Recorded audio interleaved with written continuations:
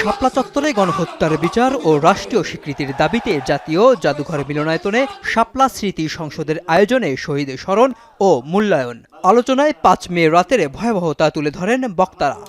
সেই আবর্জনা পরিষ্কার করবার দায় রাষ্ট্র সিটি কর্পোরেশন নেয় না, কিন্তু শহীদদের রক্ত পরিষ্কার করবার দায় অল্প কয়েকটা ঘন্টার মধ্যে তারা নিয়েছে।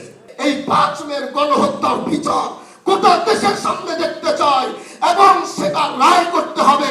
শাপলা গণহত্যাকে ইতিহাসের পাতা থেকে মুছে দেওয়ার জন্য সকল ধরনের চেষ্টা তারা চালিয়েছে। অনুষ্ঠানে শাপলা চত্বরে শহীদদের রাষ্ট্রীয় স্বীকৃতি ও সম্মাননার দাবি জানান বাংলাদেশ খেলাফত মজলিসের আমির মামুনুল হক।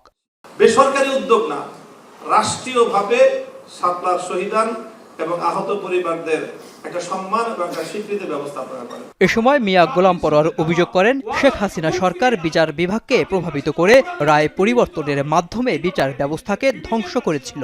শাপলা চত্বর হত্যাকাণ্ডের দ্রুত, নিরপেক্ষ ও সুষ্ঠু বিচারের দাবি করেন তিনি।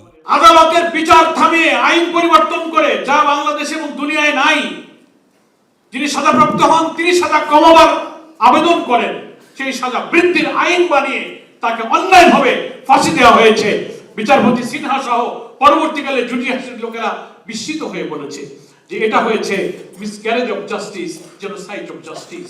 হত্যাকারীরা অনুষ্ঠানে তথ্যমন্ত্রী জহিরুদ্দিন স্বপন বলেন, বিএনপি কখনোই ইসলাম অবমাননাকারীদের প্রশ্রয় দেয়নি। শাপলা চত্বরের ঘটনায় বিচার ও শহীদদের মর্যাদা প্রতিষ্ঠায় দলীয় অবস্থানের কথাও তুলে ধরেন তিনি। শাপলা চত্বরের এই হত্যাকাণ্ড পর্যন্ত যাহা হত্যাকাণ্ড, যাহা মানবতা বিরোধী, যাহা অন্যায়, যাহা ন্যায্যতার বিরুদ্ধে এবং যা সর্বশক্তিমানের আইনের বিরুদ্ধে, তেমন কোন অপরাধকে আমাদের সরকার তামাদি হতে দেবে না। কোনোভাবেই এই ধরনের অপরাধীদেরকে আমরা প্রশ্রয় দেই না এবং আমাদের মধ্যে কি পার্থক্য আছে তা আমরা দেখি না, বরঞ্চ এই অপরাধীদের বিরুদ্ধে আমাদের যে ঐক্য, এই ঐক্যই হচ্ছে আমাদের সবচেয়ে বড় শক্তি। গ্রহণ করছেন সাদিয়া।